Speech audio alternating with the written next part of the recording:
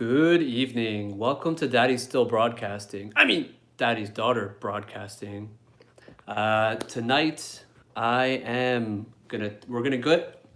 Let me put this back a little bit. Good evening. Welcome to Daddy Daughter Broadcasting. Daddy's Still Broadcasting. Tonight, we're gonna get in a time capsule. Hey, Lisa, great to see you. Tonight, we're gonna get in a time capsule. We're gonna go back to the 80s, where you could buy this book for $3.95 US or $5.25 Canadian. Sweet Louisa from Memphis, Tennessee, great to see you. I think, Lisa, you're from Ontario. I forget the name of the town in Ontario. And we're going to snuggle up with one of my favorite feisty pets. Sir growls a lot. So we're going to see who gets scared at Ottawa. That's right. Sorry about that. Ottawa, Ontario, which I think is the capital of Ontario, of this great country of Canada. So there you go. We're gonna curl up. And this is very interesting information. For those of you who like to read, I'm a father and I pay child support. So I don't have a lot of money to just go online and buy anything I want. I used to, but that happens. It's the kind of thing that happens. It's life. As long as the money goes to my daughter and she is well taken care of, that is the most important thing to me.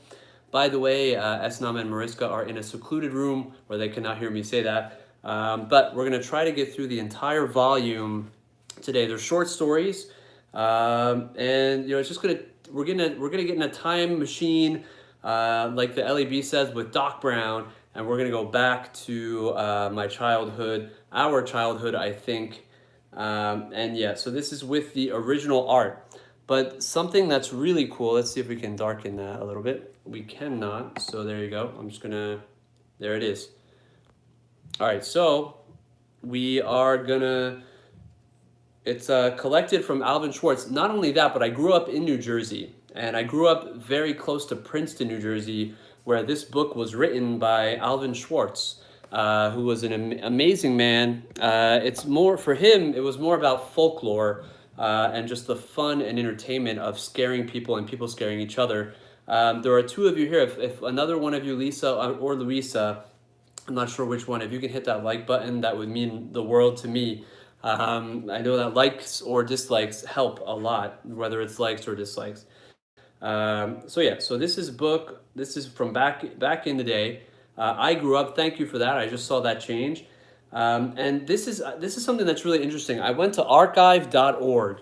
So archive.org, and you can do this too. You can rent up to 5 books. You can borrow, like in the old library system, up to 5 books for free for 14 days. So I am borrowing this book for 14 days to be able to read it to you and to share it with you. And I can also do the same with the other 2 volumes. So there are 3 volumes.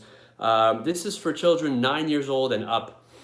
So obviously Esanam is potentially not ready for this, even though she's extremely smart and she knows that ghosts and goblins and witches are not real, but they're fun. And that's what we learned in a dark room, that scary stories are just fun. So Alvin Schwartz compiled all these stories, and just take a look at the original artwork from Stephen Gamble.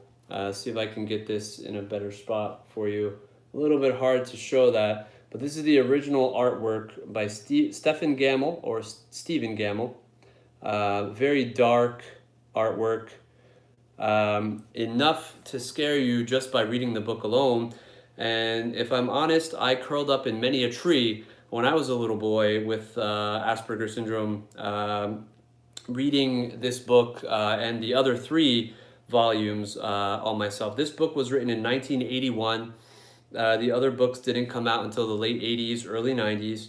And believe it or not, in spite of the topics of discussion, oh, by the way, I may or may not be drinking fermented grape juice, which may or may not be for kids or adults, depending on, definitely only for adults. So this is adult-rated fermented grape juice. Cheers to you guys who may or may not be doing the same. And we are going to go through it. And what I love about this book, just another thing, I'll get through the introduction soon. One of the things I love about this book is just that At the end, he has a whole section where he talks about where he got the story from, and what are the origins of this story of the stories. So we're gonna start off with strange and scary things. I think it might actually be overexposed here, but strange and scary things. And the title of the first section is so that's the title of the first section. And another really interesting fact, look at this. I think this was written to his daughter, but just look at that dark artwork. Um, I'd rather it not show up fully just to avoid any copyright strikes or anything like that. So I see a third like, I see a third person. Thank you for that. A lot of you may not know a vlog that you no longer have access to, but I think Louisa at least might have seen it, is The Big Toe. And that's the story we're going to start off with. The Big Toe was the inspiration for our story, The Big Toe, that we did last year before the springtime came. So this section is titled Strange and Scary Things. And you're just going to get my reaction, my gut reaction to this as we go along. We're going to take you guys back to my childhood where I read this book a lot. I must have rented this book, borrowed this book from the library a million times. Pioneers used to entertain themselves by telling scary stories. At night, they might gather in somebody's cabin or around a fire and see who could scare the others the most. Some girls and boys in my town do the same thing today. They get together at somebody's house. So Lisa's read this book. They get together, so you guys are getting together with me, and we're going to see if I can scare you. Probably not, but I'll try. And they turn out the lights and eat popcorn or drink adult-rated fermented grape juice that may or may not have been aged in oak barrels for some short period of time or lengthy period of time. To scare one another half to death. So there you go. Telling scary stories is something people have done for thousands of years. So you can tell a lot different from the hyper politically correct times that we're in today. Telling scary stories is something people have done for thousands of years. Most of us like being scared in that way. Since there isn't any danger, we think that is fun. We think it's fun. There are a great many scary stories to tell. There are ghost stories, tales of witches, devils, boogeymen, zombies, and vampires. There are tales of monstrous creatures and of other dangers. There even are stories that make us laugh at all this scariness. Some of these tales are very old, and they are told around the world, and most have the same origins. They're based on things that people saw or heard or experienced or thought they did.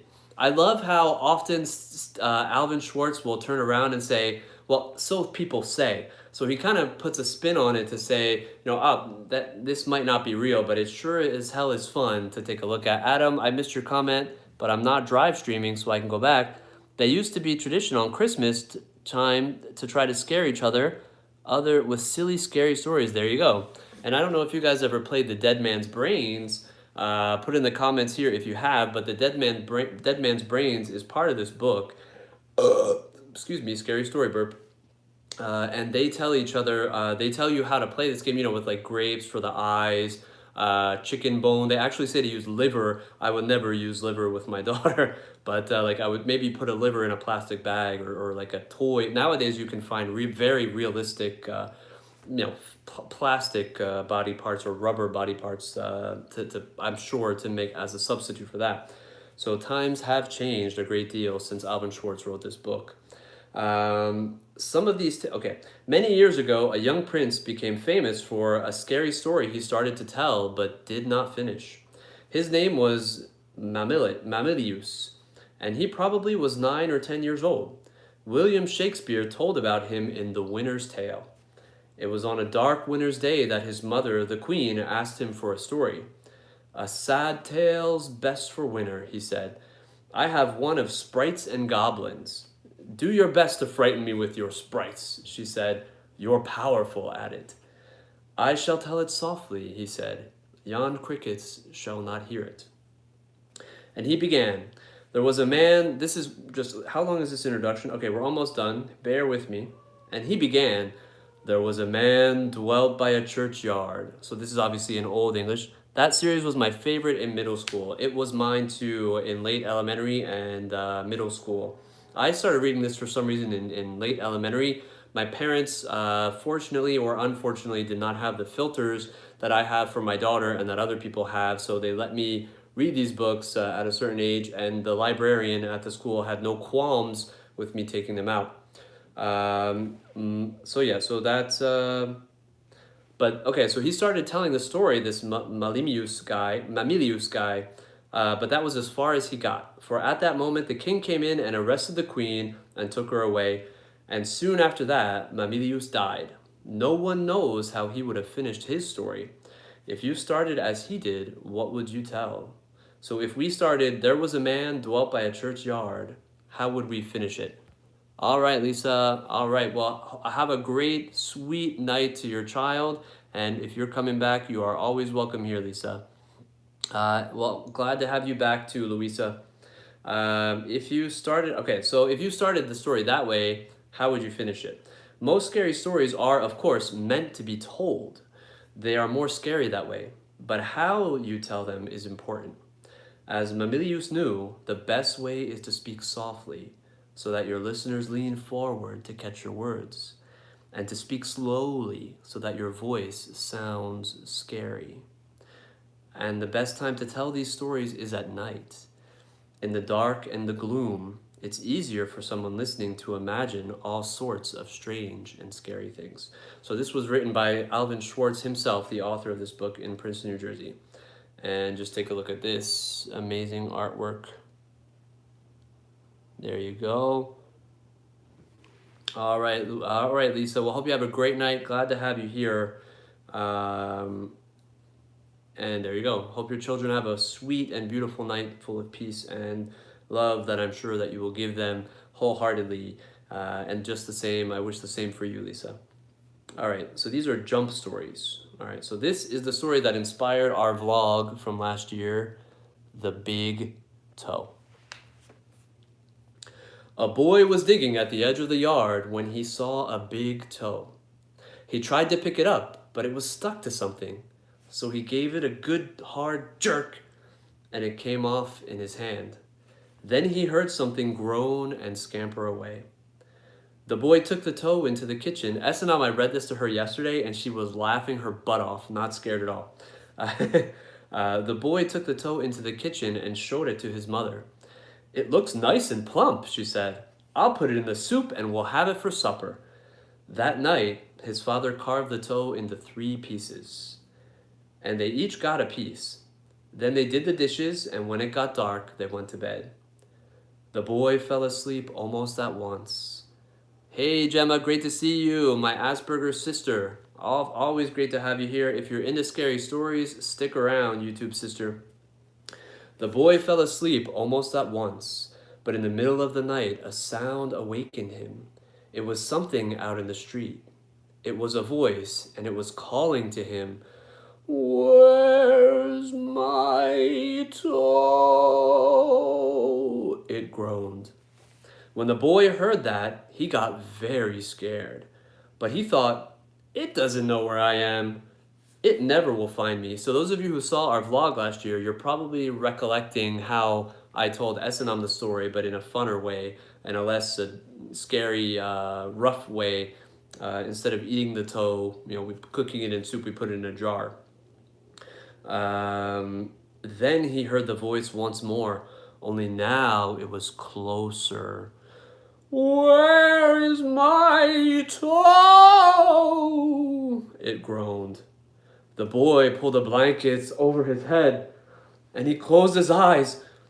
I'll go to sleep, he thought. When I wake up, it will be gone. But soon he heard the back door open, and again he heard the voice. "Where's my toe?" it groaned.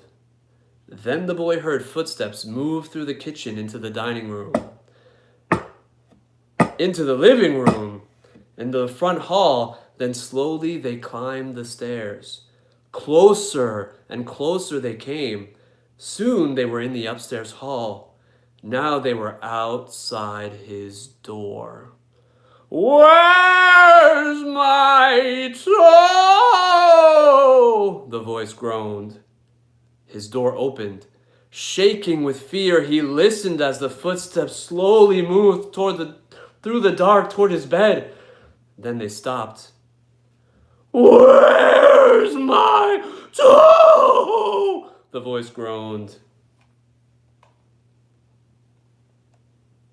"You got it!" Did anyone jump? Let me know if you jumped, and I'm gonna have another sip of fermented grape juice that may or may not be adult rated and have been aged for at least a year or so in oak barrels. Well, thank you, Gemma. You're brilliant in your own right. All right, so we're gonna keep going with these stories. I want to get through as much of this book as I can, and I told Esnam and Mariska that we would be here for about an hour. So there you go. All right, so this is the original dark artwork of Stephen Gamble, and I hope they never get rid of this dark artwork. Okay, this story is called The Walk. My uncle was walking down a lonely dirt road one day. He came upon a man who was also walking down that road. The man looked at my uncle, and my uncle looked at the man. The man was scared of my uncle, and my uncle was scared of that man. But they kept on walking, and it began to get dark. The man looked at my uncle, and my uncle looked at the man.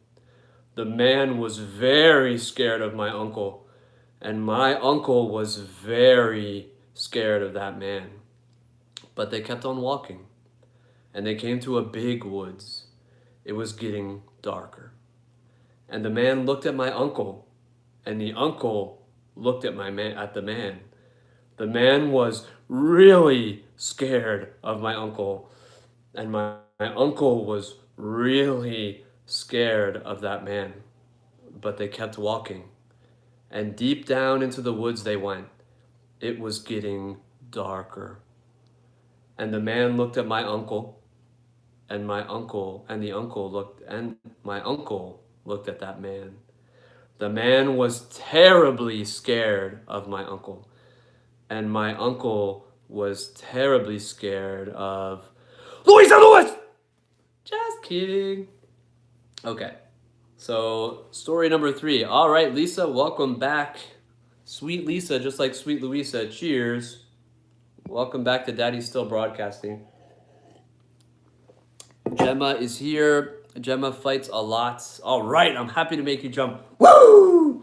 You hear that, Sir Growls a lot? I made her jump. All right, so WB, Lisa, welcome back. Not Warner Brothers, but welcome back. What do you come for is this story. There was an old woman who lived all by herself, and she was very lonely. Sitting in the kitchen one night, she said, "Oh, I wish I had some company." No sooner had she spoken than down the chimney tumbled 2 feet from which the flesh had rotted. The old woman's eyes bulged with terror. Then 2 legs dropped to the hearth and attached themselves to the feet. Then the body tumbled down. Then 2 arms and a man's head. Thank you, Gemma. As the old woman watched, the parts came together into a great gangling man. The man danced around the room. Faster and faster he went. Then he stopped, and he looked into her eyes. "What do you come for?" she asked in a small voice that shivered and shook. "What do I come for?" he said. "I come for you!" And there you go. And here is an amazing picture of those feet. If I can get the camera to work with me here. Of those feet coming down the chimney. Better be careful what you wish for. Absolutely. That's definitely in scary stories. Gemma says, I love the way you're able to express emotions and voice tone. You should do podcasting. That would be awesome. Well, thank you for the idea. I really appreciate that. And I would definitely heed that advice. I did a little bit of drama, just like Bowmaster, when I was in late elementary school, early middle school, and high school. But I kind of got out of it. And now that I'm in my YouTube days, my acting, my how do I say it? My thespian prowess, as I say to Bowmaster very often, serves me just enough to have this amazing following on YouTube, which I'm very honored. It doesn't matter if it's 1,200 or a million. You guys are awesome, and I'm glad you're here. So this one is fun. This one is called Mitai Doti Walker.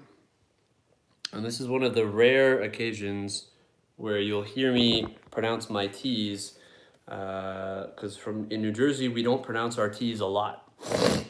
Excuse me for the daddy snort. Mitai Doti Walker. There was a haunted house where every night a bloody head fell down the chimney. At least, that's what people said. See, this is what I like about Stephen Gamble, about Alvin Schwartz. He adds that little twist to, at least that's what people said.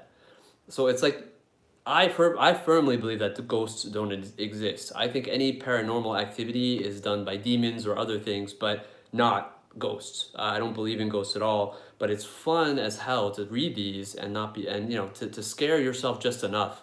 These things don't scare me anymore. I'm not 9 years old anymore, and they really didn't scare me all that much when I was younger either. I just loved reading them. I loved that darker side of life. Maybe it was because of the way I grew up with, abusive parents and things like that, or because of the Asperger's syndrome, or I didn't really relate that well to a lot of other people, but that's what it is. There was a haunted house where every night a bloody head fell down the chimney. At least that's what people said. So nobody would stay there overnight. Then a rich man offered $200 to whoever would do it. I can explain that, Bowmaster.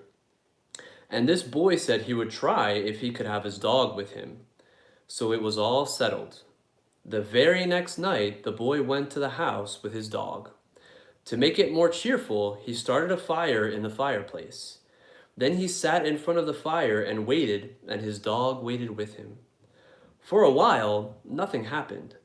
But a little after midnight, he heard someone singing softly and sadly off in the woods. The singing sounded something like this. Mitai Doti Walker. It's just somebody singing, the boy told himself, but he was frightened.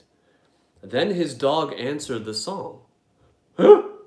Softly and sadly it sang, Linchi, Kinchi, Kali, Mali, Dingo, Dango.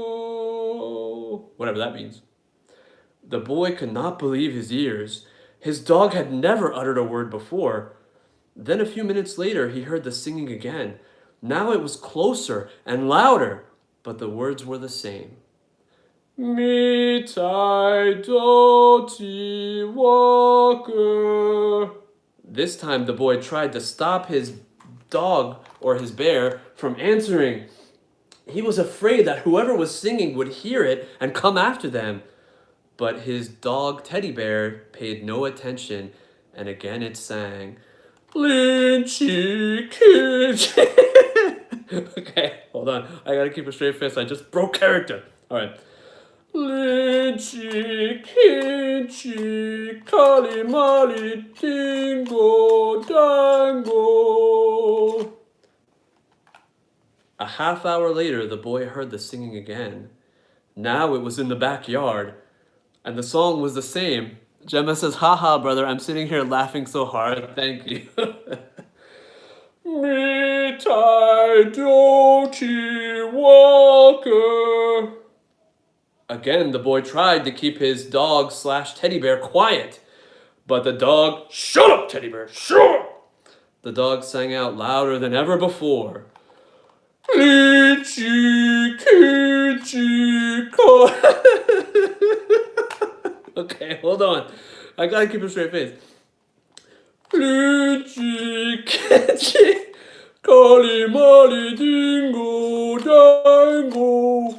You're gonna get us killed, you hear me? Soon the boy heard the singing again. Now it was coming down the chimney. Walker.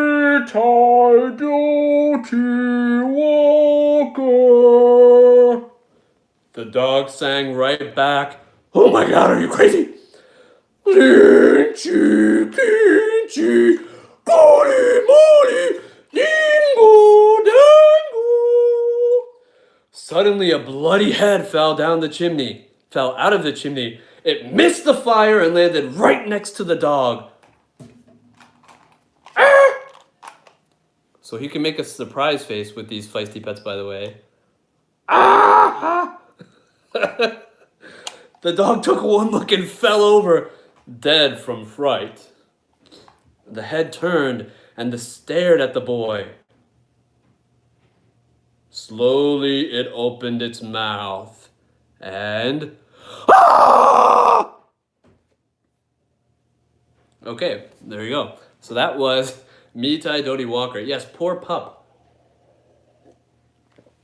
Even dogs are not... even dogs can't be saved in the world of scary stories. So this is a kind of a... Yeah, and this is another one where you jump. I won't jump with this. Awesome, Gemma. 2 times, baby. Let's see if we can go for the triple whammy. All right. Some say this rhyme, the man who lived in Leeds. A man who lived in Leeds. Some say this rhyme doesn't mean anything. Others are not so sure. There was a man who lived in Leeds. His garden, he filled his garden full of seeds. And when the seeds began to grow, it was like a garden filled with snow. But when the snow began to melt, it was like a ship without a belt. Excuse me. And when the ship began to sail, it was like a bird without a tail. And when the bird began to fly, it was like an eagle in the sky. God bless America and Canada too. And when the sky began to roar, it was like a lion at my door. And when the door began to crack, it was like a penknife in my back. And when my back began to bleed, I was dead, dead, dead, indeed. Ah! Did I get anybody else? All right, so this one I'm not gonna scream. I promise I won't scream at this one. This one is called Old Woman's Skin and Bones. And I think this is where, for scary stories in a dark, dark room, this is where Alvin Schwartz got the idea for that old woman, the plump old woman. And I mean that respectfully. I'm not dissing anyone who may or may not be overweight or just the right weight for their body mass index and the size of their bones. So respect to all people, whether you may have more mass or less mass. Cheers to each and every one of you. All right, there are 5 people here. I need one other person to hit that like button if you can, please. That helps a lot. Cheers right back at you, sweet Louisa. All right. There was an old woman, all skin and bone, who lived near a graveyard all alone. Oh. She thought she'd go to the church one day to hear the parson preach and pray. Oh. And when she came to the church house still, she thought she'd stop and rest a while. Ooh. When she came up to the door, she thought she'd stop and rest some more. Ooh. But when she turned and looked around, she saw a corpse upon the ground. Oh! From its nose down to its chin, the worms crawled out, and the worms crawled in. I may have to come back and watch this post, and post the area I'm in. I'm so sorry about the service, Bowmaster, but you are more than welcome back anytime on the replay or otherwise. Big is beautiful, there you go. I saw Lisa's comment a little bit late. The woman to the preacher said, "Shall I look like that when I am dead?" Ooh. The preacher to the woman said, "You'll look like that when you are dead." And then you're supposed to scream, but I'm not going to scream. And for anyone who can read music, you have the music here. I don't know how to read music, I just know how to play music. Excuse me. Let's see if we can get a better image here this way. Oh, yeah, that's a lot better. There you go. So that's the old woman talking to the preacher in that song, that old song, Old Woman, All Skin and Bones, I think. All right, so we, mine de rien, as they say in French, in such a short period of time, we have come to a second portion of this book, and it's called He Heard Footsteps Coming Up the Cellar Stairs. And this, I like the little bit of introduction. By the way, I haven't given you any news. S&M is doing great now. We had a little bit of an odyssey, so I picked her up Friday, just to give you a nutshell story. I picked her up Friday, 102 fever, Fahrenheit, crazy. All right, Pepsi, baby. Woo! I hope Crystal Pepsi comes out in England where you are too. So S&M had 102 fever to 103 fever. Sometimes almost, I'm afraid, like I was getting worried there. Friday, Saturday, fever all the time. Sunday it went away for a good couple hours, like for the morning, afternoon. I was really happy because early Sunday morning, like around 3 a.m., she was burning hot. Yeah, she's doing better. Thank you, Luisa.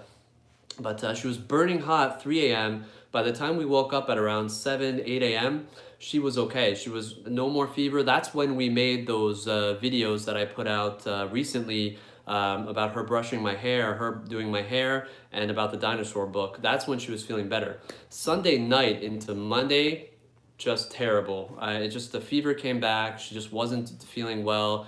She was barely eating. She just wanted to stay in bed the whole time.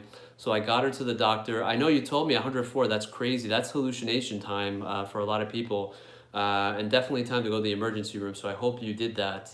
But unless it was the flu, and then there's not much you can do. You just have to kind of control the fever. So I was giving her ibuprofen. She was drinking fluids. But then unfortunately, it just wouldn't go away. So I took her to the doctor, and this crazy system we have here. Sorry, Lisa. I love Canada. Canada has been very good to me, but the health system, in the States, it's bad because you have to pay so much money unless you have private insurance. But here, I went to the clinic. The doctor saw her. At first, I didn't believe him. He was like, she might have pneumonia. I was like, what? You're kidding me. I just thought it was the flu or something like that. I know it's not the coronavirus because I know there's no way she's been exposed to it as far as I can tell. She hasn't traveled, nothing like that. We have pretty isolated, we're pretty isolated from any cases of coronavirus that are around here, but you never know. And so I was like, the pneumonia, how do you get that? But I thought it was the flu or tonsillitis or something. That's why I took her to the doctor, because I thought if it's the flu, there's nothing you can do. You just have to ride it out and take good care of her. But we had to go from that clinic to another place to get an x-ray, like a separate place. And if I had gone to the emergency room, we're exposing her to potential coronavirus and stuff like that. So, it was the lesser of two evils. But yeah, so she's doing a lot better. He ended up prescribing her Tuesday night. The doctor called me with the results, so at least they were quick. He said, yeah, she does have pneumonia. I'm prescribing her amoxicillin. So we're on amoxicillin, and believe it or not, you pretty much know an antibiotic is perfectly suited to what it's trying to kill, what it's trying to heal you from, if it starts working pretty much right away. So that night she ate. Thanks, Andre, depending on what country you're in. And yeah, so that was just amazing. That night she ate a little bit more. Her mother gave her some food from Africa, where she's from, which is kind of like feel-good food to, really healthy feel-good food that I don't particularly like the taste of, but Esnam loves it, so that I'm happy about that. So that's what we did, and she's been eating. Today we went sledding. I'm gonna put out some videos. I obviously can't put her in the videos, but of me sliding down the hill with Sir Growls-a-Lot and Angry Unicorn, Glendon Glitterpoop. So let's keep going with the stories. Just wanted to give you guys that update. Thank you, Luisa. Andre says, lol, I think he's talking about Sir Growls-a-Lot. I hope if she has pneumonia that they put her on a nebulizer. Believe it or not, no nebulizer. And, you know, Mariska and I had a couple of doctor friends that she has kind of fact check the x-ray just to be sure, because it's nice to have that certitude, a couple of other extra opinions, and they said the pneumonia was not that widespread, so no need for a nebulizer. I'm sure if they felt that she needed one, they would have given her one though. All right, so back to scary stories to tell in the dark. He heard footsteps coming up the cellar stairs. That's the title of this second part of this book. There are ghosts in this chapter. I really like the way he wrote that. There are ghosts in this chapter. So if you're reading it by yourself, John Wright, great to see you, brother. Haven't seen you in a while. One comes back as a real person. Another takes revenge on her murderer. And there are other strange happenings. All right, so I think I'm gonna do the MacBook cam here and show you. The first one is The Thing. The first story of this section is The Thing. So I'm not going to scare anyone anymore. I hope the stories scare you. Cheers with some fermented, adult-rated grape juice that may or may not have been aged in oak barrels for a certain period of time. There's nothing better to read scary stories than curling up with your teddy bear, Sir Growls-a-Lot. Oh, you're going to keep me safe, little buddy. And some grape juice. There you go. I am not drunk, by the way. You cannot get drunk off of grape juice that has been fermented for a certain amount of time and aged in oak barrels. But that's the best way to curl up with you guys and read a scary story. All right. Ted Martin, so The Thing. Ted Martin and Sam Miller were good friends. They spent a lot of time together. On this particular night, they were sitting on a fence near the post office talking about one thing and another. There was a field of turnips across the road. Suddenly, they saw something crawling out of the field and stand up. They saw something crawl out of the field and stand up. It looked like a man, but in the dark, it was hard to tell for sure. Then it was gone. But soon it appeared again. It walked halfway across the road, then it turned around and went back into the field. Then it came out a third time and started toward them.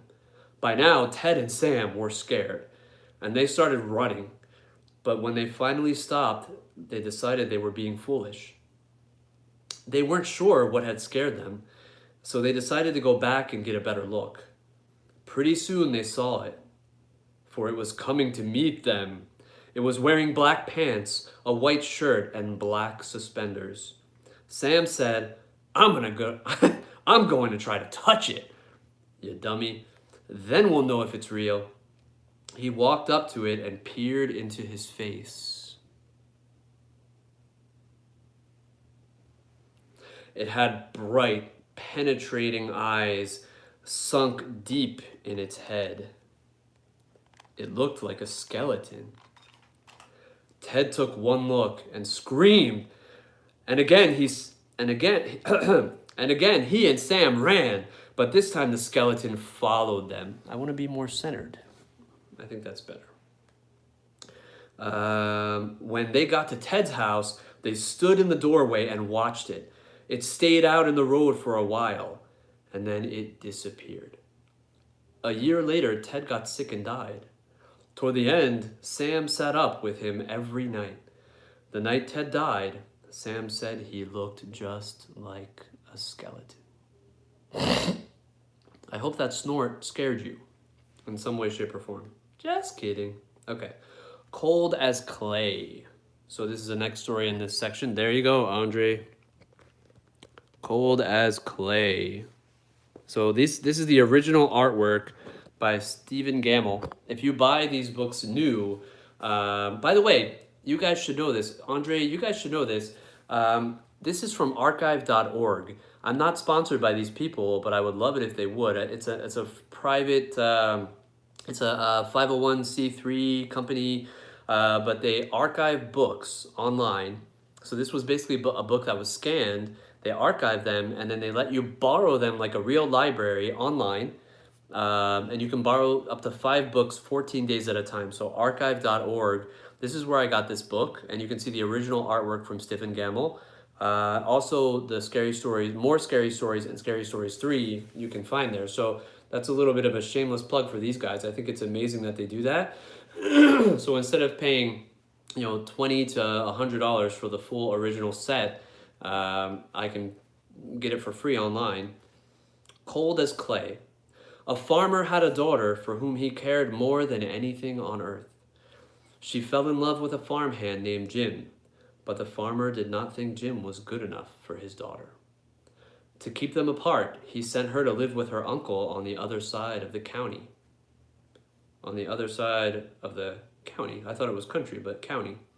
Soon after she left, Jim got sick, and he wasted away and died. Everyone said he died of a broken heart. The farmer felt so guilty about Jim's death. He could not tell his daughter what happened. She continued to think about Jim and the life they might have had together. One night, many weeks later, there was a knock on her uncle's door. When the girl opened the door, Jim was standing there. "Your father asked me to get you," he said. "I came on his best horse." "Is there anything wrong?" she asked. So basically, this is the dead guy coming back to get the farmhand's daughter, the farmer's daughter. "I don't know," he said. She packed a few things and they left. She rode behind him, clinging to his waist. Soon he complained of a headache. "It aches something terrible," he told her. She put her hand on his forehead. "Why are you as cold as clay?" she said. "I hope you're not ill." And she wrapped her handkerchief around his head. They traveled so swiftly that in a few hours they reached the farm. The girl quickly dismounted and knocked on the door. Her father was startled to see her. "Didn't you send for me?" she asked. "No, I didn't," he said. She turned to Jim, but he was gone, and so was the horse. They went to the stable to look for them. The horse was there. It was covered with sweat and trembling with fear, but there was no sign of Jim. Terrified, her father told the truth about Jim's death. Then quickly he went to see Jim's parents. They decided to open his grave. The corpse was in its coffin, but around its head they found the girl's handkerchief. Jaw drop. There you go. So, and this is another bit of Stephen Gamble's hideous artwork. So this next story is so if you guys want to see more of this, let me know in the comments. Please tell me. I think it's going great. Bowmaster said if it was Weld County here in Colorado, that would make sense because Weld County is huge. There you go. Yeah, it depends on where you're at. I know some counties in New Jersey, it's not that far. If you really wanted to go see your lover, you could walk. It might take a couple hours, but you could walk. All right, so that grape juice is good. The white wolf. The timber wolves around French Creek had gotten out of hand. There were so many wolves, the farmer could not stop them from killing their cattle and sheep. So the state put a bounty on them. It would pay a hunter $10 for every wolf pelt he turned in. Ah, nice, Bowmaster. Glad you like it. A butcher in town named Bill Williams, or Adam Keir, you never know, thought that it was pretty good money. He stopped working as a butcher and started killing wolves. He was good at it. Every year he killed over 500 of them. That came to more than $5,000. It was quite a bit of money in those days. So I think, Andre's putting a wolf in a cow. There you go, exactly. After 4 or 5 years, Bill had killed so many wolves, there were hardly any left in the area.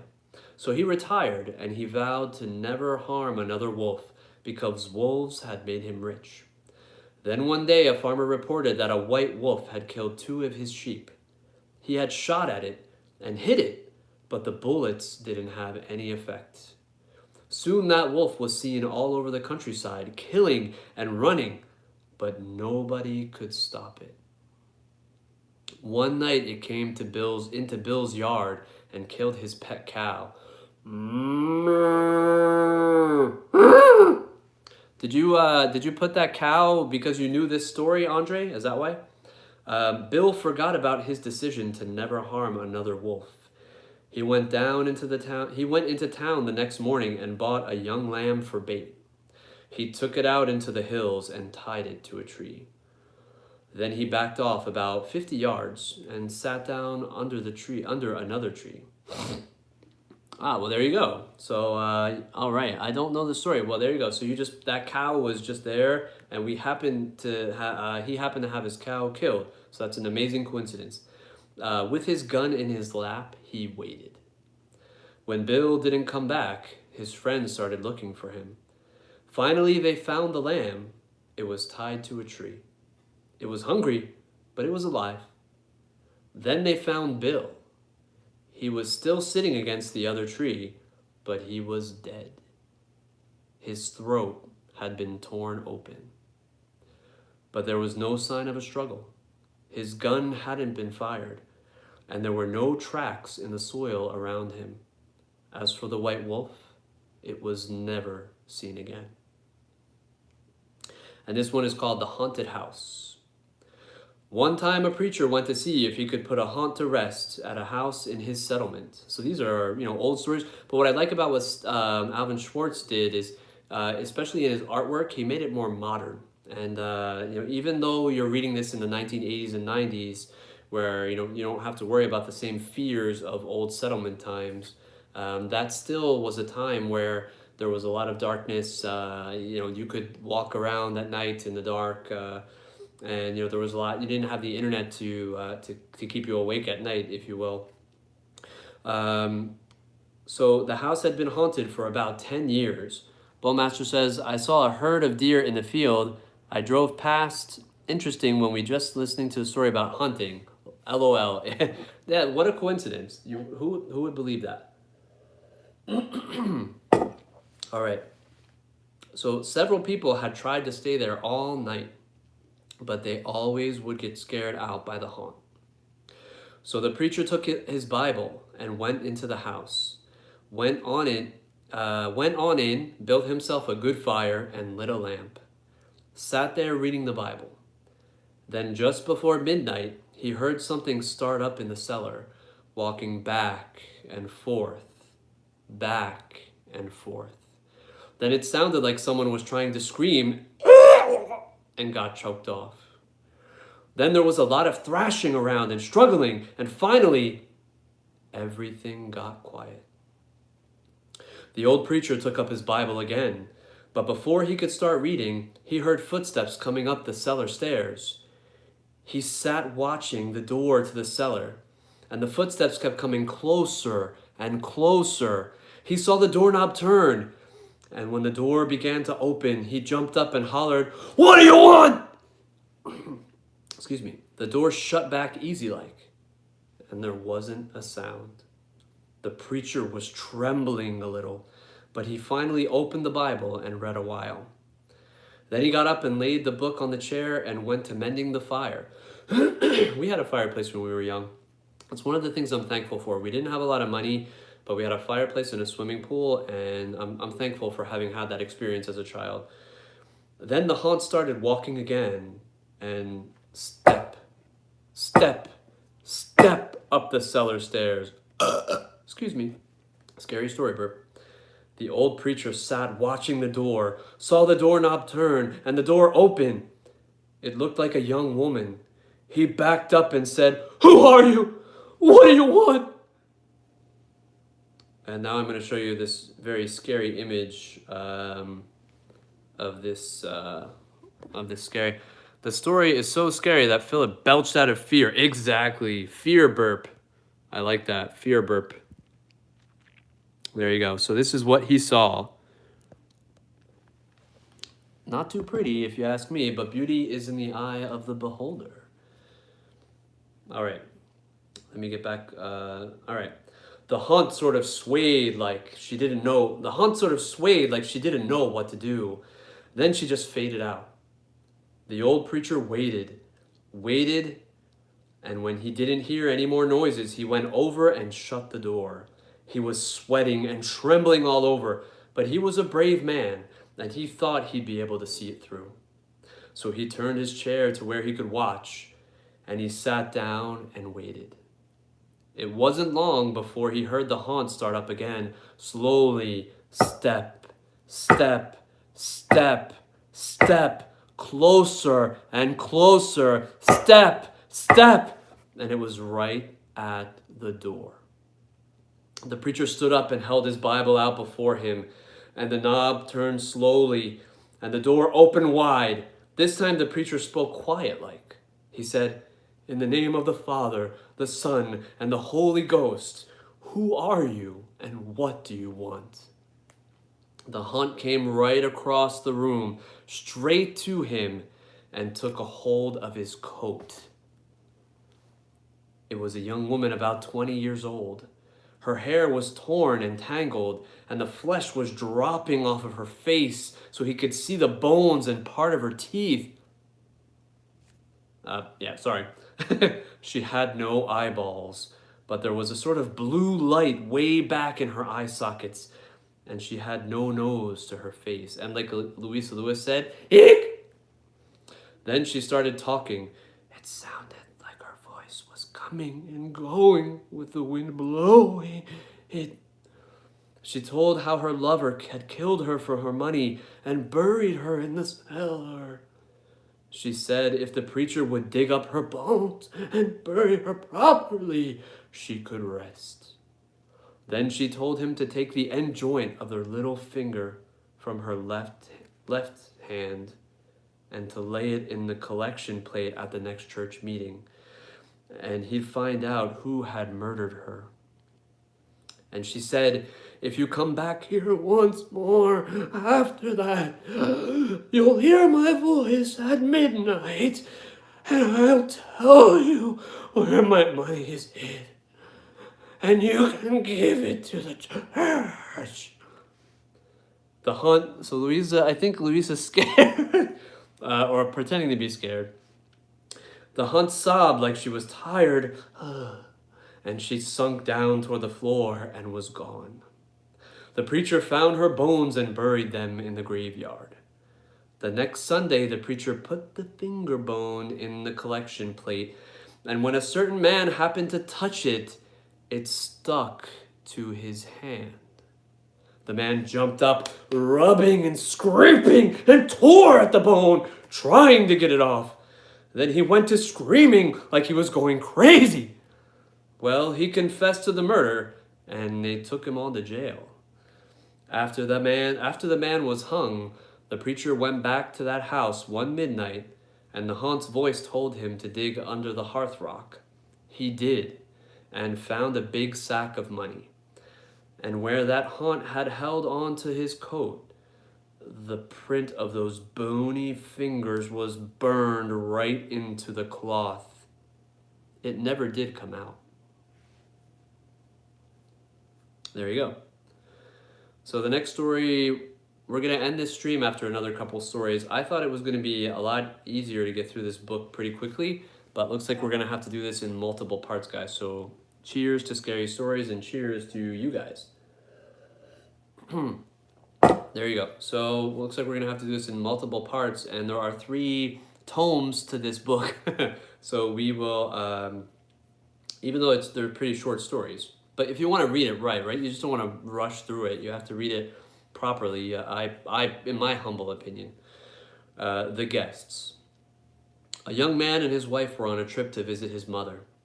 Usually they arrived in time for supper, but they had gotten a late start, and now it was starting to get dark. So they decided to look for a place to stay overnight and go on in the morning.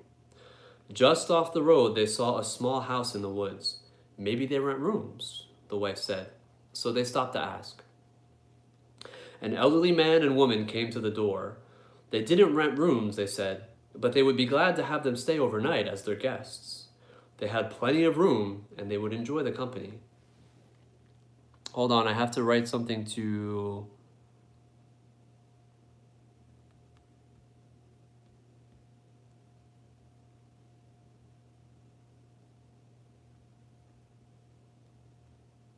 Okay.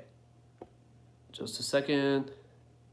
Just a second. Sorry about that. That was S&M's mommy checking up on her. So I had to write back to her. I got that message. All right. So where were we? The old woman made coffee and brought out some cake. Yeah, so they were happy to have the company. The old woman made coffee and brought out some cake, and the four of them talked for a while. Then the young couple were taken to their room. They again explained that they wanted to pay for this, but the old man said he would not accept any money. The young couple got up early the next morning before their host had awakened. On a table near the front door, they left an envelope with some money in it for the room. Then they went on to the next town. They stopped in a restaurant and had breakfast. When they told the owner where they had stayed, he was shocked. "That can't be," he said. "That house burned to the ground, and the man and the woman who lived there died in the fire." The young couple could not believe it. So they went back to the house. Only now there was no house. All they found was a burned out shell. They stood staring at the ruins, trying to understand what had happened. Then the woman screamed. In the rubble was a badly burned table like the one they had seen by the front door. On the table was the envelope they had left that morning. Boom! So yeah, and this is Stephen Gammell's representation of this storybook, of this house. And as you can see, archive.org, you can borrow this book and others for free for up to 14 days, 15 days, I think 14, 15 days, up to 5 books at a time, if you're able to read on a screen like I am, and you don't have to spend the money on the book. This is another cool image here. There you go. He's chowing down on something. I don't know if I want that, but he's chowing down on something. All right. So this is the funner part of the book. They eat your eyes, they eat your nose. They play pinochle on your toes. There are scary stories about all kinds of things. The ones told here are about a grave, a witch, a man who liked to swim, a hunting trip, and a market basket. There's also one about worms eating your corpse. Eating a corpse. Your corpse. Or hopefully not. Excuse me, daddy snort. My youngest got to use my phone to do her homework. See y'all later. Have a great rest of your night, everyone. You too, sweet Louisa. Be safe.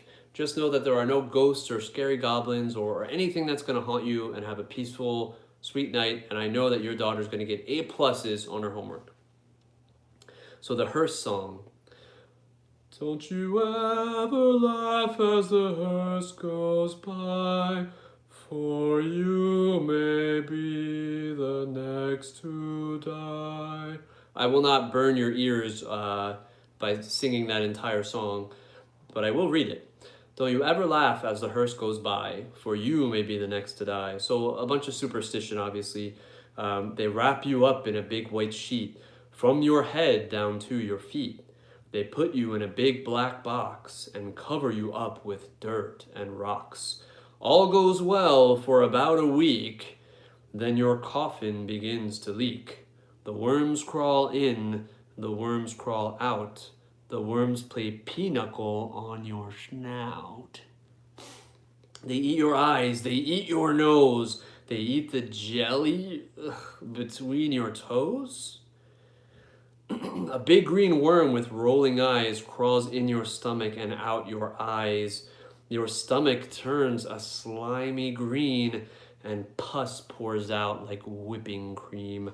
You spread it on a slice of bread and that's what you eat when you are dead.